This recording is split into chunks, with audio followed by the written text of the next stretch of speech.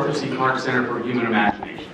I'm Dr. Eric Beery, and I have the great privilege and fun of being the director of the Arthur C. Clarke Center for Human Imagination. First of all, a couple of shout-outs to our sponsors, Viasat and Nokia Bell Labs, and our personal donors in the audience.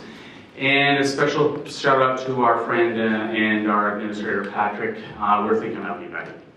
So, to people of a certain age, asking the question, who is Arthur C. Clarke, is a little bit cheeky. So, it's kind of dichotomous. Some people say, is that your donor? I wish. So, here's the audience participation question. Who ever saw Arthur C. Clarke in a cameo, a broadcast, or giving one of his shows? Anybody see those? Oh, see, pretty good out there. All right, so we saw it. So, anybody remember the cameo in 2010? That's my special one. So, anyway, Arthur C. Clarke is our inspiration. He was a futurist within the 20th century, and to me, as a specialist in gravity, he was a gravity technologist. Also, for us here, especially at UCSD, he's a representative of our diversity initiatives, being a gay man and a man who spent a certain part of his life in a wheelchair and transcended those things. He's our inspiration.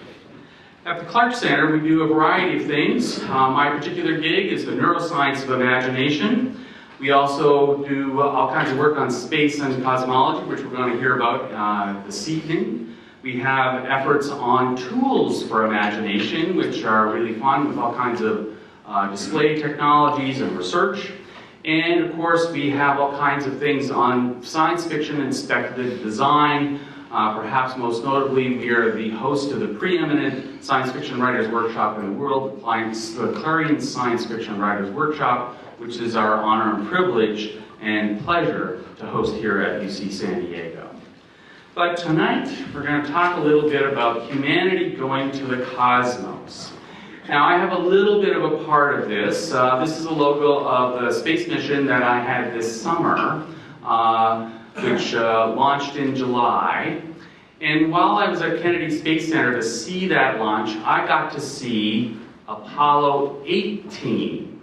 Now, some of you were kind of thinking, well, there was Apollo 17, but Apollo 18 never got off the ground, and it's still lying on the ground at Kennedy Space Center. Now, the Chinese just landed an autonomous rover on the far side of the moon. It's not dark, it's far. And what's the moon hiding for us on that far side out of our sight? So I think this evening we'll hear a little bit about that. But what I'd also like to acknowledge is all kinds of things happening here at UCSD in our outreach for humanity to the cosmos. So, of course, we had the U-ray experiment demonstrating the plausibility of creating organic molecules in the conditions of the early Earth. Even right now, we have active SETI searches looking at the infrared spectrum, and every month students go and make observations in the infrared spectrum.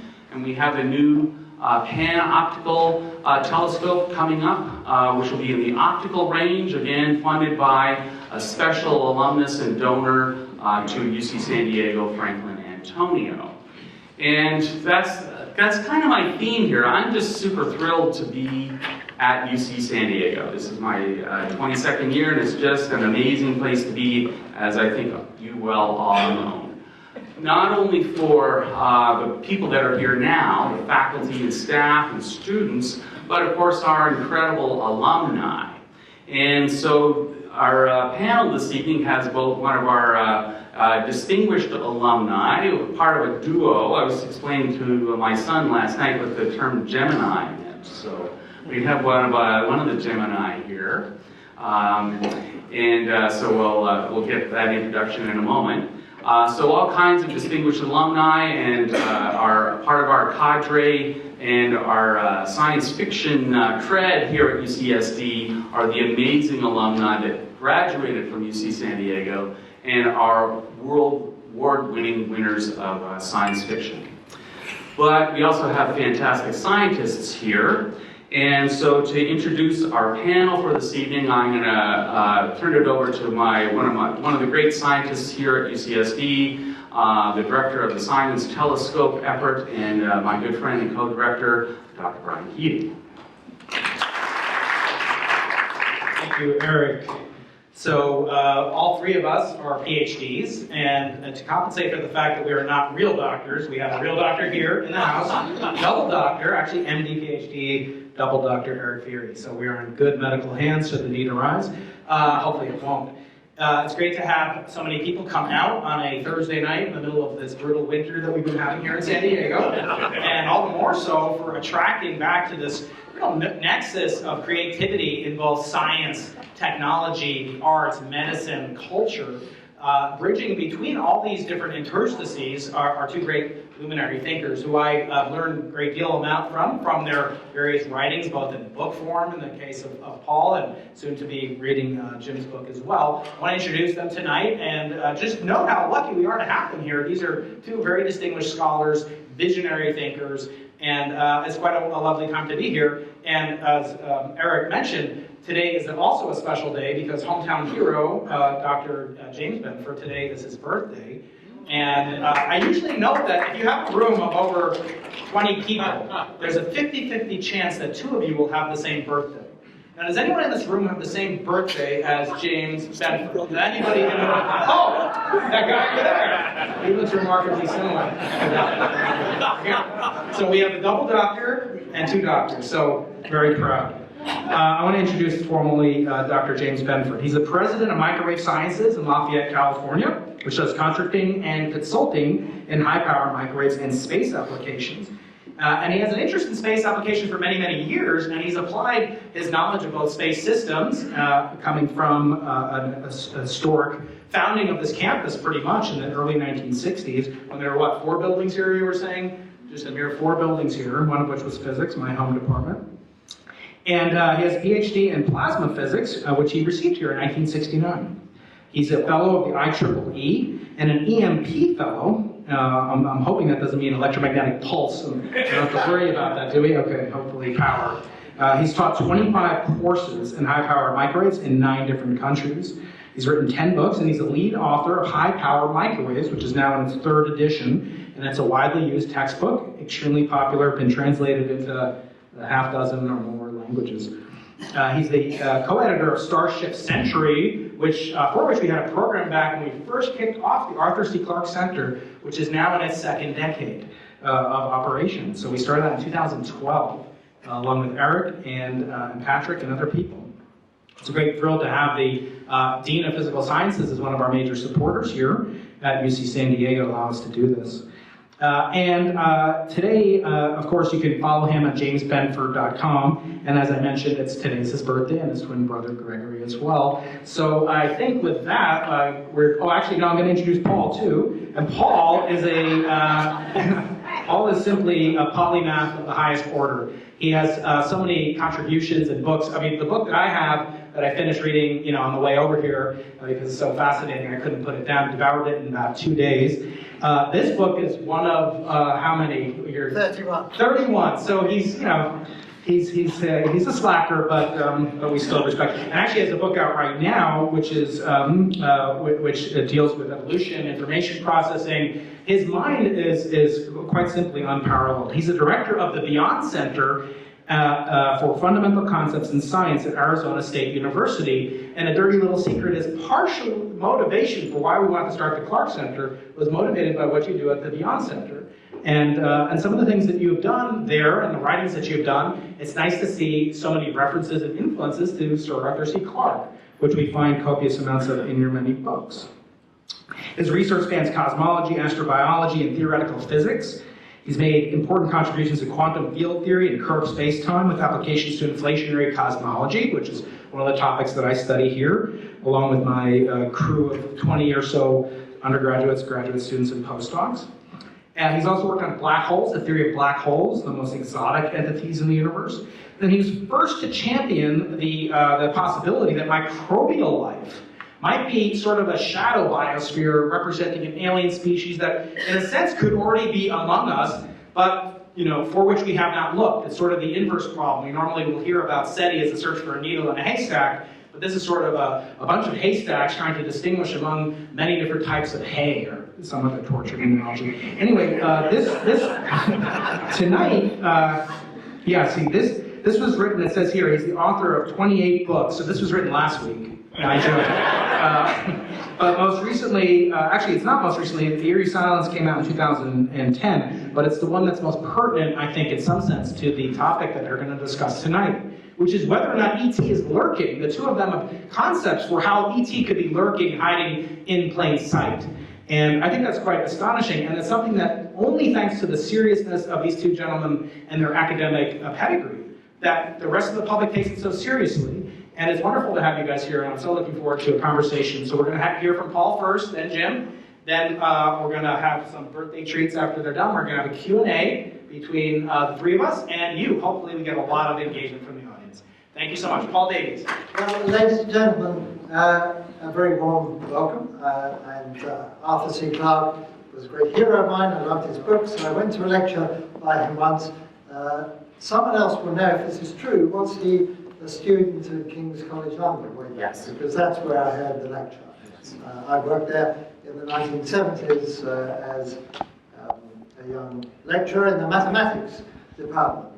But immediately prior to that, I spent a couple of years at Cambridge University as a postdoc of Fred Hoyle. And my interest in searching for ET dates way back to my childhood. In fact, it dates back, thanks to Fred Hoyle, to 1961. And in that year, his TV series appeared on BBC called A for Andromeda. And here it is. There's a book, of course, that went with the TV series. And this left a very deep impression on me. So it's 1961. And the theme, if you don't know it already, is that humanity is duped into downloading a radio message from a distant civilization and recreating the incarnation of one of the alien beings. And then humanity is threatened by that. In other words, we unwittingly download something that leads to our downfall. And you can see by looking at this snippet here that this Hoyle-like astronomer succeeded in downloading Judy Christie. And this was very significant for Judy Christie's career because she was an unknown actress. And Fred picked her out of a sort of talent lineup and said she will do for the part, and of course she went on to great things. But the point I want to make is that this TV series appeared just 1 year after Frank Drake pioneered what we now call SETI, the Search for Extraterrestrial Intelligence. It was Frank's resolve to carry out a program of sweeping the skies with radio telescopes, in this case one radio telescope at Green Bank, in the hope of stumbling across a message from ET. And the birthday cake there is because if you do the arithmetic, if I've done this correctly, that's 60 years ago. So it's the 60th anniversary of SETI. And so Frank Drake is a great hero of mine because who else do you know who designs and runs an experiment for 60 years and gets a null result and is still upbeat about the possibility. So after 60 years, all we have to show for it is an eerie silence.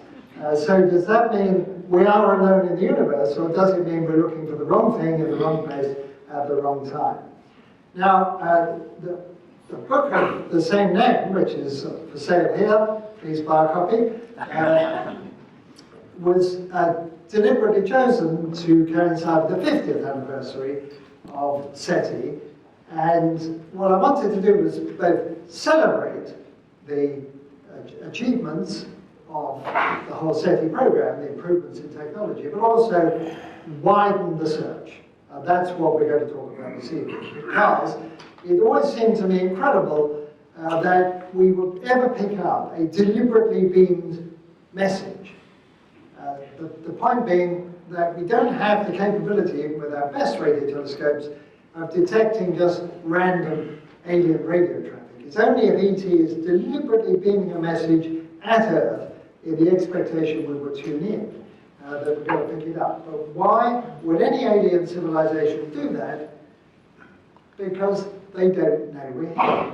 So if you ask Frank Drake, how close might the nearest civilization be? Of course, he has no idea, nobody knows.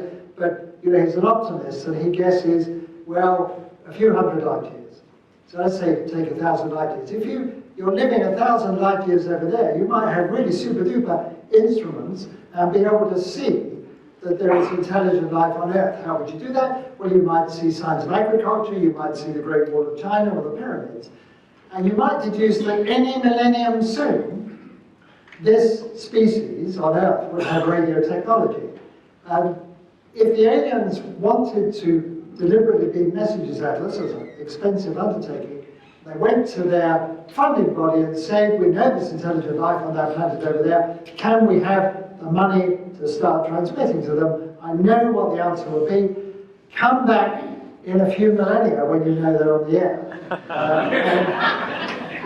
Seeing as our own feeble radio transmissions have only got about a maximum 100 light years out into space. It's only if ET were within 50 light years that we would now be picking up their radio messages. But I don't know many SETI enthusiasts that think that they will be that close.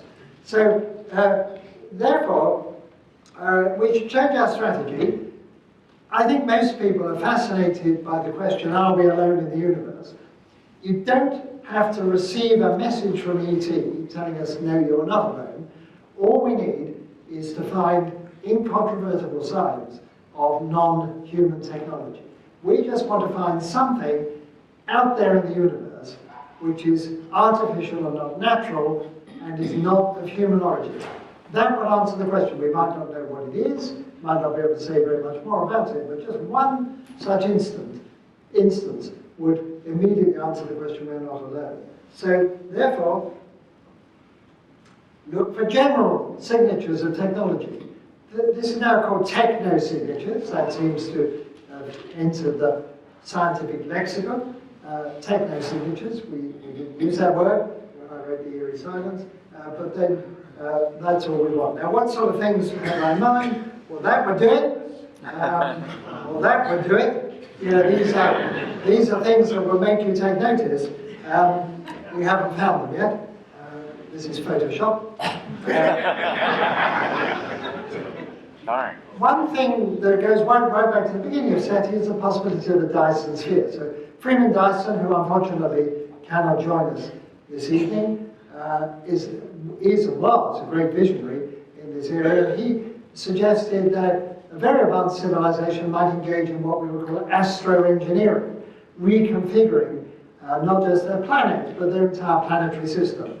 That this might show up in some way, such as if they entombed their star in some sort of sphere, like a solar energy project with a vengeance, who capture everything, that this would give a distinctive signature. People have looked for such things. They haven't found them, but there are flurries of excitement from time to time. So maybe out there are megastructures created by aliens, just need to keep looking.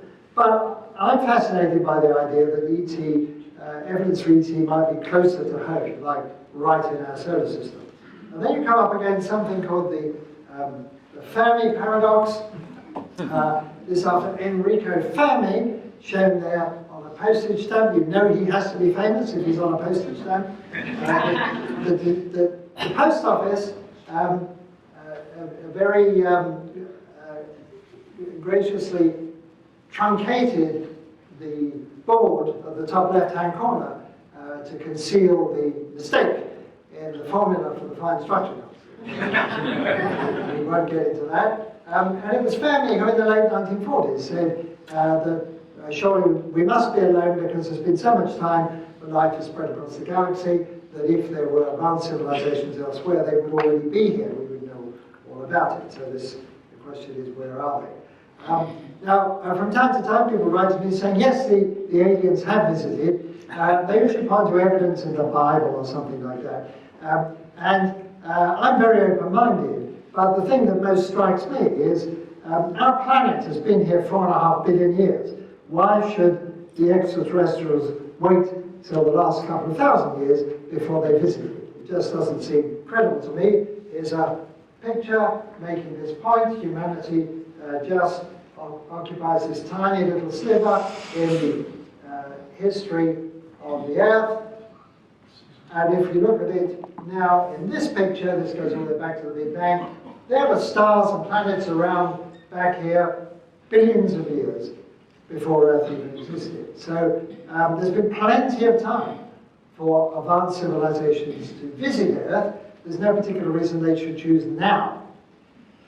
So my feeling is that alien technology could have been in the solar system at any time over the history of the Earth. Now, how would we know that? Well, let's be optimistic and suppose it was only 100 million years ago that they came. Is there anything that would endure? Well, here's a list of things that might endure. Nuclear waste, mining and quarrying activities, biotechnology, and artifacts at the end. And so some more Photoshop. We saw something like that, mining and quarrying, we would pay attention. But the one thing I want to mention briefly, and then I'll pass over to our next speaker, that we could look for alien artifacts in nearby objects in the solar system, and in particular we could look on the moon. The Lunar Reconnaissance Orbiter is orbiting the moon and taking pictures all the time to resolution. Jim was just telling me down to 10 inches. I certainly know half a meter. And at Arizona State University, students are paid to look through these pictures, paid like $10 an hour, to look through these pictures to see if there's anything interesting, anything fishy there. They're mainly looking for lava tubes. But they have discovered technology on the moon. And here are the pictures. And this technology is clearly visible, but it's all human technology. If if a probe had crashed on the moon, or were parked on the moon, or dumped nuclear waste, or something of that sort, we could find that. And so my feeling is that before we spend too much money looking at the far reaches of the universe, we should look in our own backyard. And with that, I'm going to hand over to Jim, who has a very specific proposal for how we might do that. Thank you. I'm going to discuss a very specific, recently discovered group of co-orbital objects, co-orbital with Earth. They have been discovered largely in the last 10 years and are generally not known, not only to the public, but to most astronomers. They're very close to Earth, and I think they'd be a very attractive location for extraterrestrial intelligence to locate a probe to observe the Earth, while at the same time having a situation they would like to be in, solid ground and resources and sunlight, without being easily seen. They are co-orbital in that they have a period around the sun of 365 days. They're orbiting the sun like the Earth is, and because of the Earth-Sun gravitational interaction, they are in orbits that are stable and stay near us. The seem to be active. Oh, you want me to use this? Down. Okay. The basic hypothesis of the lurker, what I call lurkers, that is something that maybe doesn't want to be seen, and it's a term used in science fiction, notably in David Brennan's recent novels. It was advanced by Ronald Bracewell, professor at Stanford. He said, look, an advanced civilization might put AI monitoring near Earth and watch us to track our progress, or to track the progress of the ecosystem itself. And such a robotic sentinel might establish contact with us if we establish some contact with them. You know, in the great film 2001, which Arthur Clarke had a great deal to do with, the monolith was deliberately buried, and it was highly magnetic, so that we could find it when we explored the moon and not beforehand. And that's exactly the kind of thing I have in mind. That doesn't mean that I'm proposing that there are active lurkers around us now. There might be, but there might be many more which are inert, dead, came, observed us, died out, just like most of the probes we've sent into the solar system are now inactive, and are still there. And therefore, we could detect lurkers, probes that came long ago. Why would they come here? Because there's oxygen in the atmosphere, which is out of equilibrium. As Lovelace pointed out over half a century ago, the atmosphere of Earth clearly shows that there's life here, because oxygen would be rapidly consumed into rust if there were no source of it from the biota of this planet. So we've been observable with a high level of oxygen for 2/3 of a billion years, and if you go back to the low level of a few percent, it's about approximately 2 billion years ago. So any civilization that, as far as perhaps 1,000 light years away, could see that there was a biosphere here, they might send a probe. It's probably only the ones that get pretty close that would send interstellar probes, because space is big. It's a long way out there. But if a lot of planets come near us, it is not widely known, even by astronomers, that 70,000 years ago, a star came within 1 light year of Earth. It's called Solstice Star.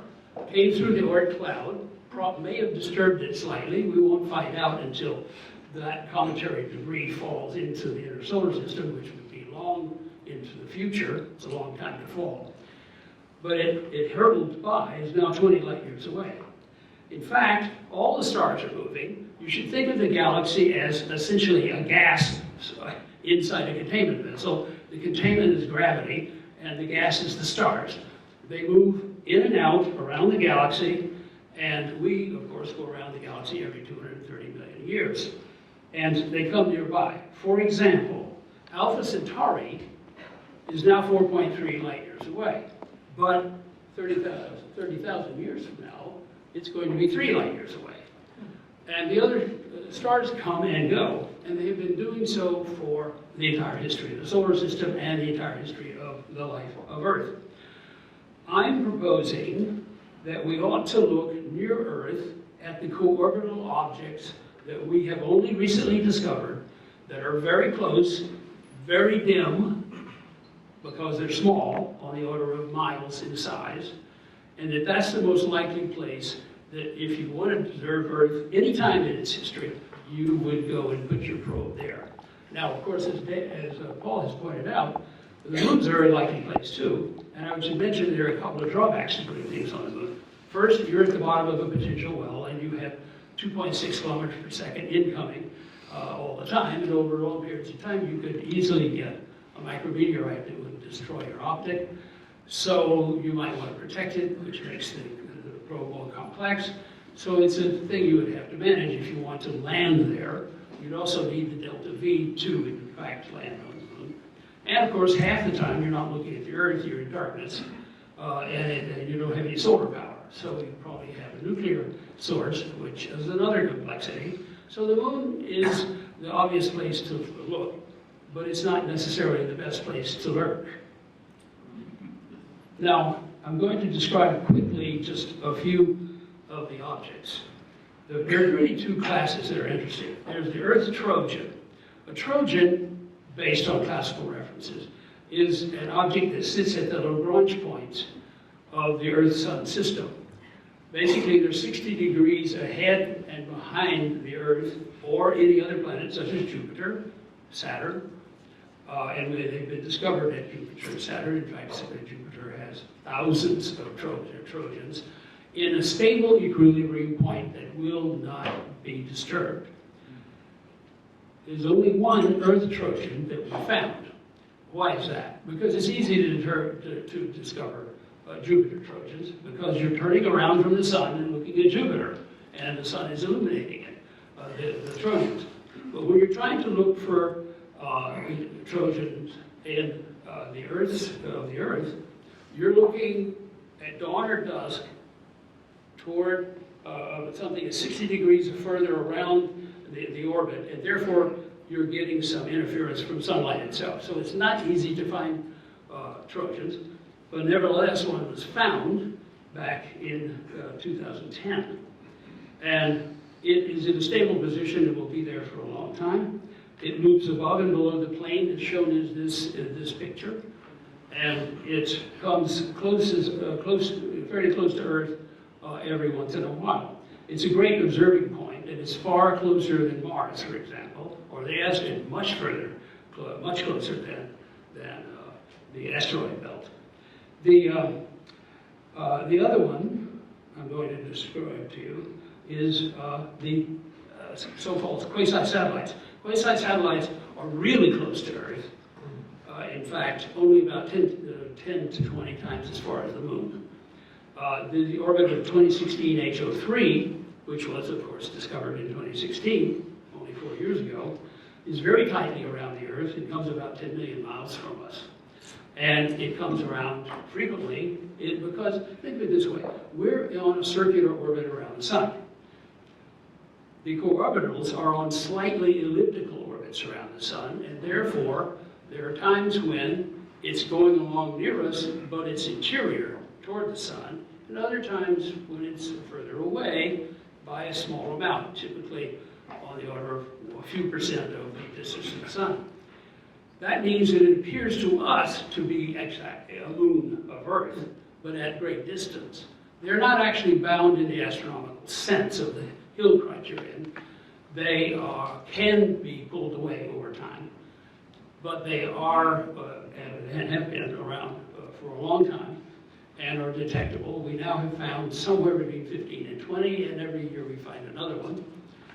What I'm suggesting is that we should start to explore them, and we would explore them in the following way. Their existing SETI program, the Breakthrough Listen, should start listening to them and observe them optically by trying to image them. We have no images of these objects. They're just points of light, and we know their orbital dynamics. We do not know what they're made of. We know their sizes. We know something about their rotation rates, but we don't have spectra, so we don't know what they're made of. We should observe them in the microwave, perhaps the millimeter wave, and certainly in the optical and infrared. We also can paint them with radar, with planetary radar, because we paint asteroids flying past us, the fast ones, the dangerous ones, routinely now, and get images of them. And by calculation, I can see that several of the co-orbital objects can be imaged by planetary radar. And we should do so. And that will give us a good picture of them. Of course, what we'd really like to do is send a probe. Why? Because you learn a lot more getting close to things, as we've discovered in the last half century about the solar system. When I was young, this is the 58th anniversary of my 21st birthday, so you can see I was around when we didn't know anything about the outer solar system, in fact, much about the planets at all. We've done it by producing first flybys, and then orbiters, and then landers. And we should do that with the co-orbitals. Flying by is not difficult at all. The delta V requires only a few kilometers per second, and we can do that with existing technology. If Elon would just load us something on his manifest and give us a kick, we could get out to the co-orbitals fairly early. The Chinese have already announced that they're going to go to this very one, 2016 HO3, sometime after 2025. So exploration will soon begin, and I'm suggesting that we ought to really look for any signs of artificial presence, probably in the distant past, probably inert objects. And in this case, you see, we're really talking about extraterrestrial archeology. We're talking about finding things that are very, very old. And our colleagues in archeology itself have a parallel issue. How do you tell what's artificial? How do you identify an artificial thing that was built a long time ago and looks a little funny, but did people make it, or is it just an accident? Well, they've developed a lot of technique for that, and they know how to try to look for structures. You and I can fool us. Actually, it's the brain that fools us, but and we see patterns where there aren't any, like that face on Mars. So we really need to have sort of an AI approach that looks for patterns in an objective way, if you believe we can build anything that is, in fact, objective. So that's the proposal. I propose that we go looking for lurkers by studying the co-orbitals of Earth.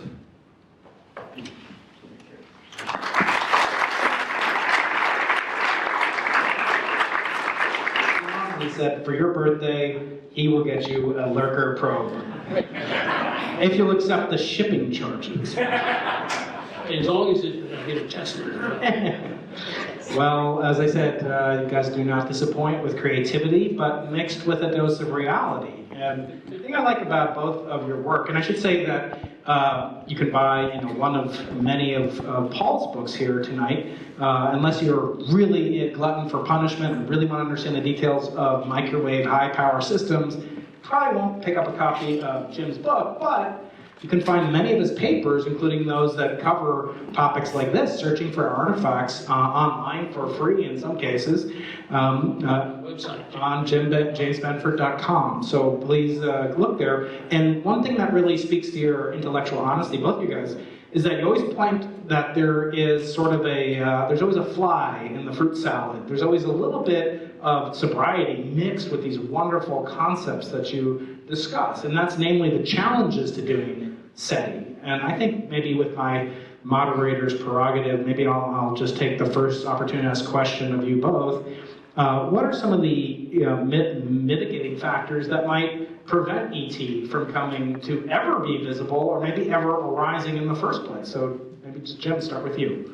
Well, I think you could be afraid of us, but I don't think we can know anything about. Is it? Speak into it. Is it, well, we don't know anything about alien motivations, of course, but first, it's a long way to get here. And you have to broadcast a long time to hope that anybody's actually going to hear you. The fact that we haven't heard anything, and Breakthrough Listen is now listening at the rate of $10 million a year, and this is the 6th year, has already collected more data than all the previous history of SETI, and we're not finding anything. We've looked out hundreds of light years. I'm a little discouraged about that approach. I think actually we're more likely to find, and I know I've made an argument in this paper that's on the table here, that in fact we're more likely to find artifacts, and that's because of the way things scale. Because the artifacts could have been accumulating for a great long time. The difficulty is recognizing an artifact. It'll be truly alien. It won't look like Viking. It won't look like New Horizons. And we have no idea what it looked like, and it might be trying to disguise itself. But listening means you're thinking some photons are flying past it right now, and when they're gone, they're gone. The artifacts don't go away. After all, we send our probes out, we never bring them back. That's right.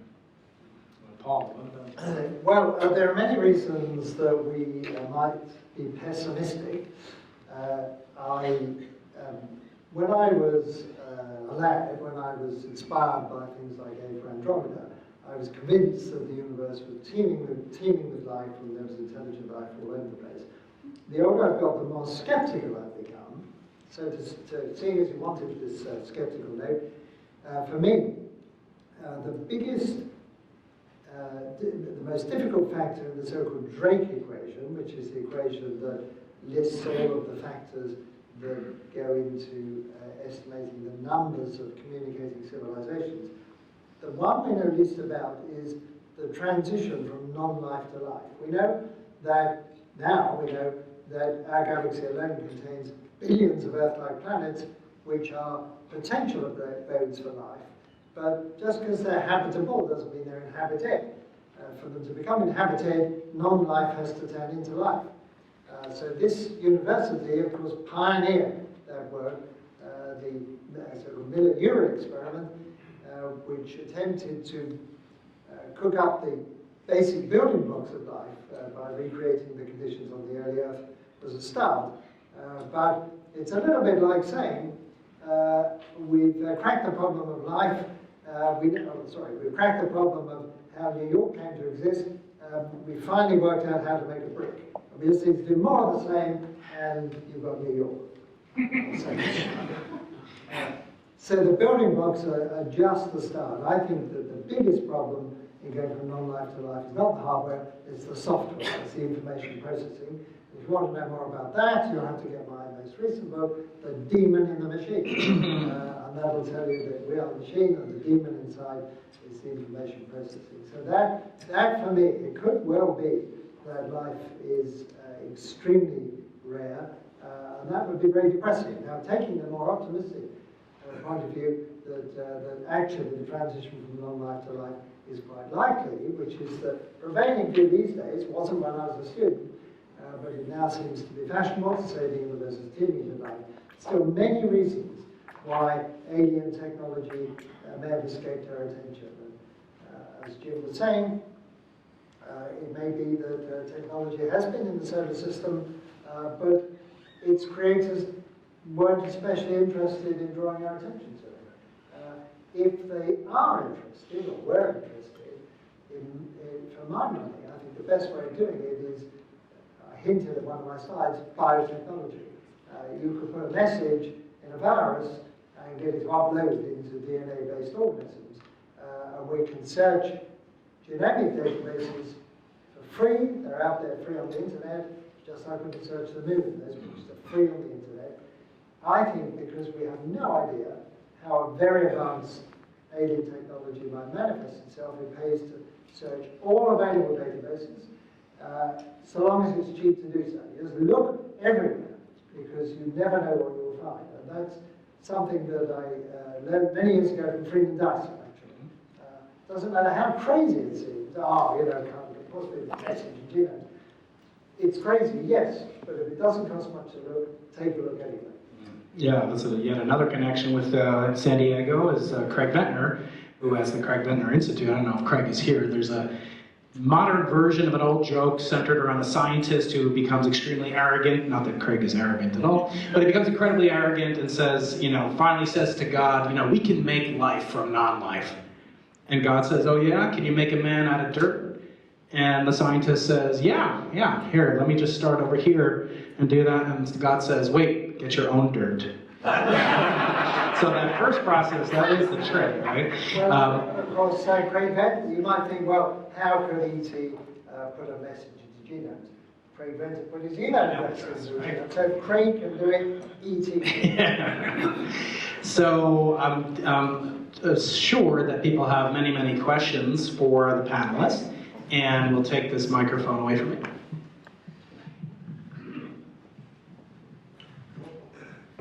So I grabbed the microphone, so I'll take the director's prerogative and just follow up on this. So this idea of information sorting, and I read the other book, I read The Demon in the Machine. So just expanding on that a little further. So to me, what was stunning to find is that there's the Murchison Meteorite, all right? And maybe you can explain the Murchison Meteorite and how chemical artifacts might show up in that as an information representation that pre-existed the Earth. Right, yeah, I'm pleased you mentioned the Murchison Meteorite because those of you who follow these things may know that just a week or so ago it was announced, contested claim, but it was announced that in the Murchison Meteorite are little grains that are 7 billion years old, and so they predate the solar system, so these are interstellar grains. I have a little piece of Murchison Meteorite in our house. I'm not going to tell you the address, because it's wonderful to think that we actually host 7 billion-year-old little pieces of matter. But it's named after a meteorite that fell in Australia near a town called Murchison in 1969. It's a carbonaceous chondrite. These are fairly rare meteorites, but they're chock full of organic material. And organic doesn't necessarily mean a product of life. It could be pre-life. It could just be complex carbon molecules. Murchison has such molecules. It has, for example, amino acids, the thing that was made here by Stanley Miller in... So just to emphasize that point, something 7 billion years old has amino acids as pre-existing the Earth. Right? Well, I'm not sure the little inclusions missions have have it, but certainly the rest of the meteorite is 4.5 billion years old. So life obviously didn't pop out of nowhere. We have no idea where it began. Did life on Earth begin on Earth? Did it begin on Mars and come to Earth, an impact ejector from a comet or asteroid impact? Did it start somewhere else entirely, like within comets? We absolutely don't know where it started, but there is no doubt that the building blocks of life are fairly common. You find them in meteorites, you find them in interstellar clouds, you find them on the surfaces of other planets, and so there are many places where life could start, but of course remember that caution, a brick doesn't equal New York. It's not just a matter of more of the same. But could there not be a message in the handedness of the chemicals or something? Well, there could be a message. So if you wanted to embed a message, the problem, I don't want to get too technical, but the problem about embedding a message in the handedness of amino acids is a process called racemization. And what this means is we all know that the right hand is different from the left hand, so I can turn a right hand into a left hand by snapping off my thumb and gluing it on the other side. And it turns out that amino acids which have a handedness tend to do that. So after a period of time, unless they're kept very cold, they tend to, the process called racemization, and that process tends to go naturally. So something which is encoded in the handedness may not endure. But there are all sorts of ways you might want to put a message into molecules, but it makes sense to put them into molecules that can replicate and replicate and replicate and protect the message. So this is like a message in a bottle, but where, if you imagine the bit of paper in the bottle is going to degenerate, so what you want is a message in a bottle that would refresh, renew, error repair, and so on. And we know what those devices are. They're called living cells. They can replicate and they can edit their own genome. So the idea would be to embed a message, upload it, say, with a retrovirus into genomes of terrestrial organisms in such a way that it will be protected over immense periods of time. And that latter point is technically actually rather difficult. Question?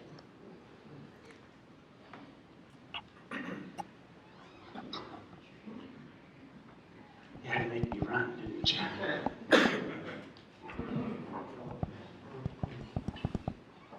Hi. Paul, in your new book, you take what Jim talked about with the movement of planets on the small scale, looking almost random, and you use that to show models of how a galactic civilization might spread across the galaxy. Could you talk about that? Yes, so I alluded to this briefly. This is the so-called Fermi paradox. Fermi was astute enough to realize that the galaxy is old enough that an advanced civilization that may have arisen millions or even billions of years ago would have had plenty of time to spread across the galaxy, even at fairly low speeds, rocket speeds, as opposed to warp drives. So even if you don't have this fantastical technology, even if it takes,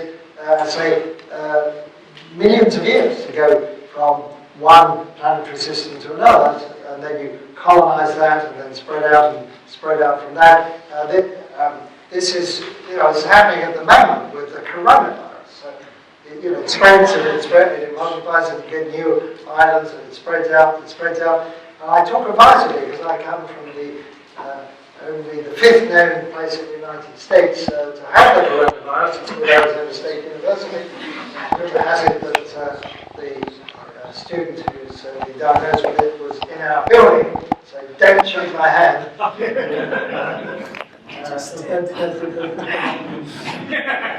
The fact is, we have a very good understanding of how epidemics spread, the mathematics of that. And if we think of progressive colonizing civilization somewhere in the galaxy spreading out a little bit like that, there's been plenty of time for such a civilization to take over the galaxy. And so, hence the Fermi paradox, they're not here, but of course we don't know that they're not here. And one of the things we're talking about this evening is maybe they were here, moved on, or they've just left a calling card, either deliberately or inadvertently, and we should go look for that. So I think that we should focus on what we do, how we go about finding that. Very interesting presentation, and I'd be Two questions, Chris Bickford up there. One is, which artifact on the Earth does any of the three of you think is most likely to be affiliated with a prior visit? Because I know the images down in South America are kind of sort of considered. The pyramids, not so much. But the second question is even much further out. There are those people who claim to have been on other planets and, you know, taken trips with aliens. Yes. Is there any serious science addressing any of those people or any of those issues? Well, concerning the latter question, I do know something about that, but I'm afraid I'm not at liberty to disclose it.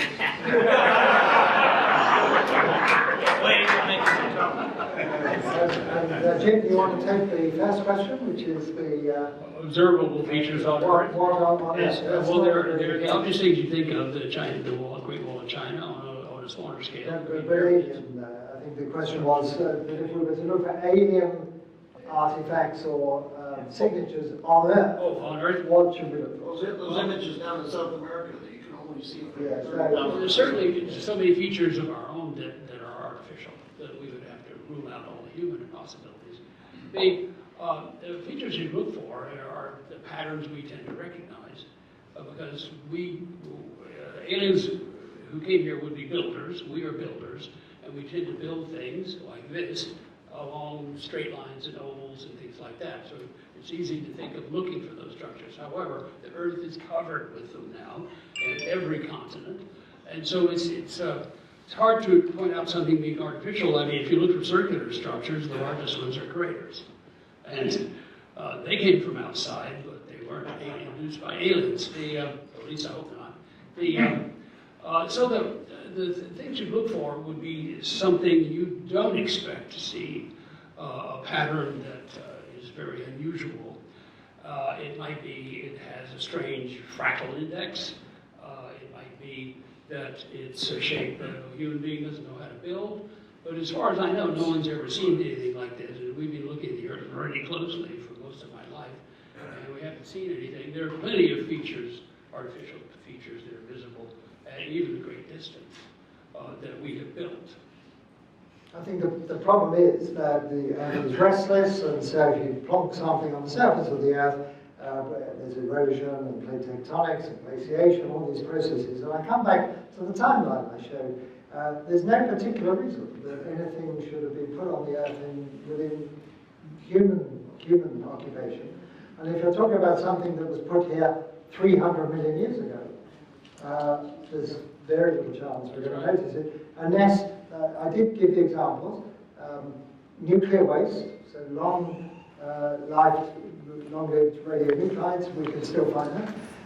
So the Oklo natural nuclear reactor in Gabon, in West Africa, has radioactive material, which we can trace back 2 billion years to when it went critical. I don't think ET built that as a nuclear reactor.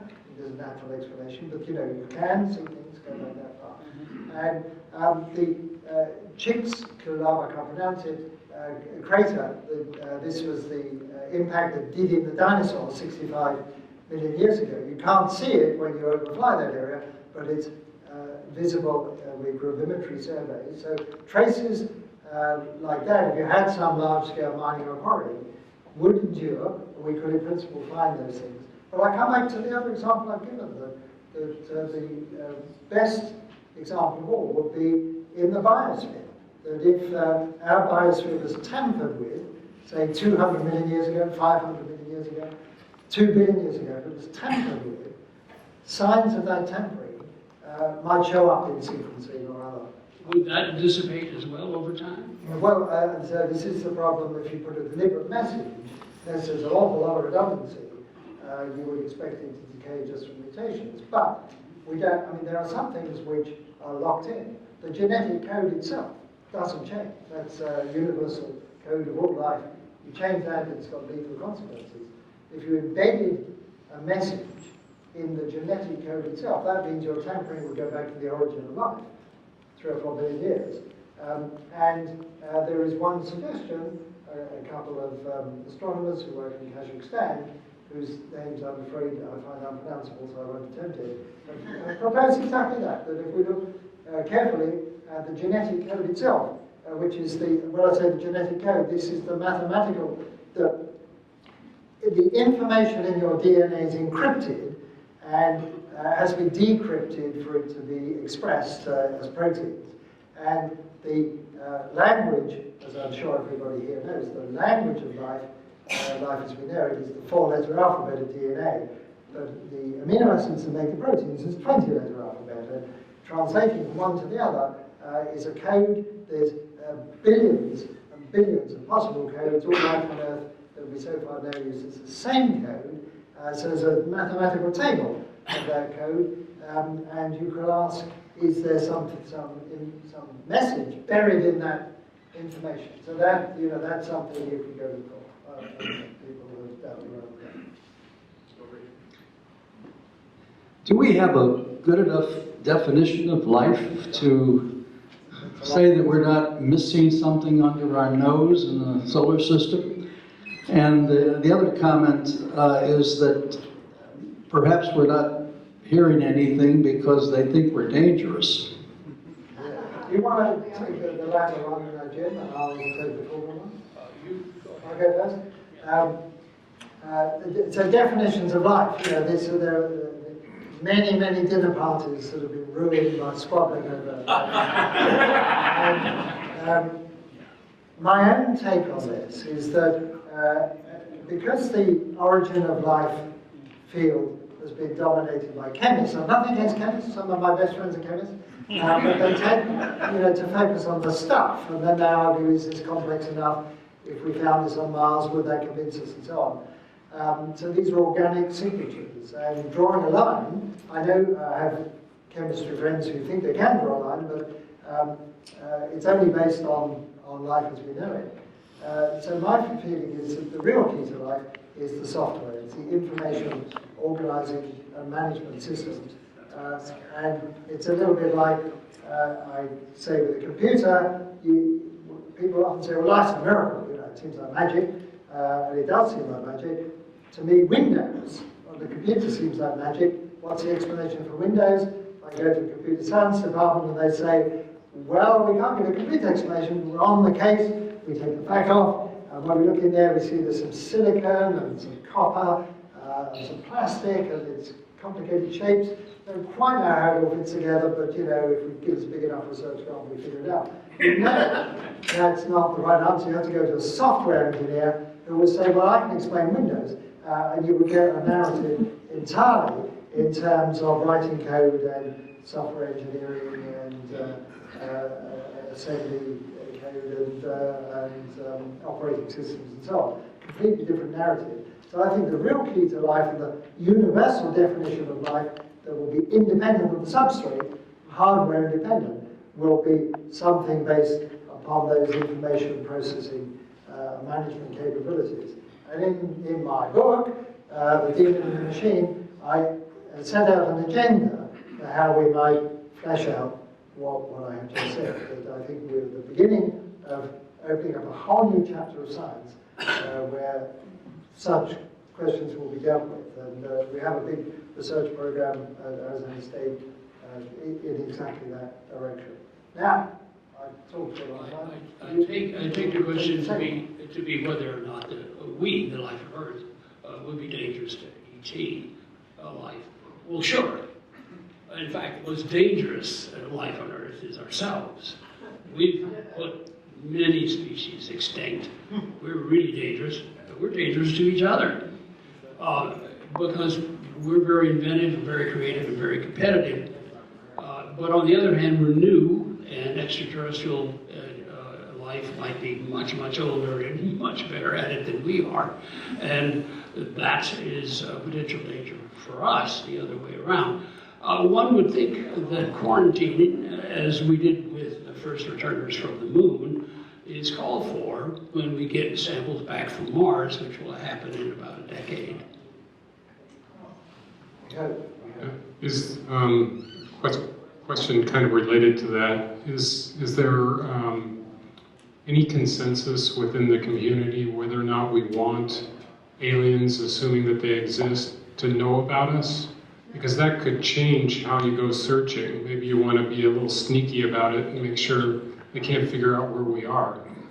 There is no consensus. In fact, there's a real debate called the METI debate, with METI being messages to ETI. The METI debate is, should we allow people to radiate without the rest of humanity agreeing that we want to be seen? And I think, and my colleague here, David Brin, agrees that we need to talk this over before people start radiating to the stars, because it's entirely possible. Just as we, within the last few decades, became able to radiate to the stars with very energetic microwave sources, which is my area of expertise, we also now are able, billionaires could build beacons to make ourselves very visible.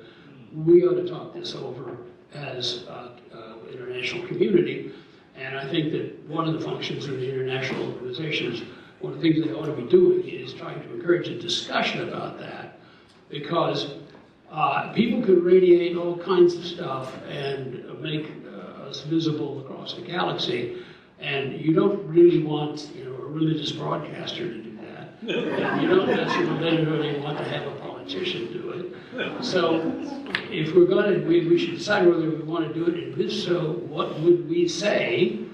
And I think that we're unlikely to get general agreement anytime soon. Are we already saying a lot? The radiation that comes from Earth is largely incoherent, such as TV stations, and averages out over a short distance. And my calculations show that we're not visible much to our level of detectors in much further than the orbit of Pluto. The leakage argument is not very real. You can't see the lights of Earth beyond Saturn, no matter how big your detectors are, because the lights are incoherent sources. They're not coherent. They cancel out at distance. So don't take your flashlight and expect somebody on Mars to see it. Explain what coherence is. Explain a laser pointer. Explain coherence. Not a laser pointer either. That's coherent, but we don't have enough power for lasers yet, except maybe some of the more advanced pulse ones that are being developed by the DoD.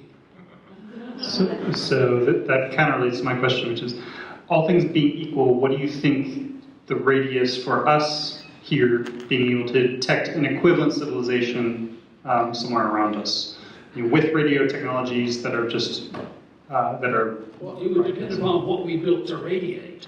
If you build a gigawatt level source, you could be seen over perhaps 50 light years with an adequate, say, Arecibo-sized dish. And you can do it for billions of dollars. That's the point. It's got to be pointed. They've got to deliberately be. It's got to be very pointed. It's not an isotropic radiator like the sun, because of course you can see the sun at any distance, but you can't see anything that we produce at any great distance.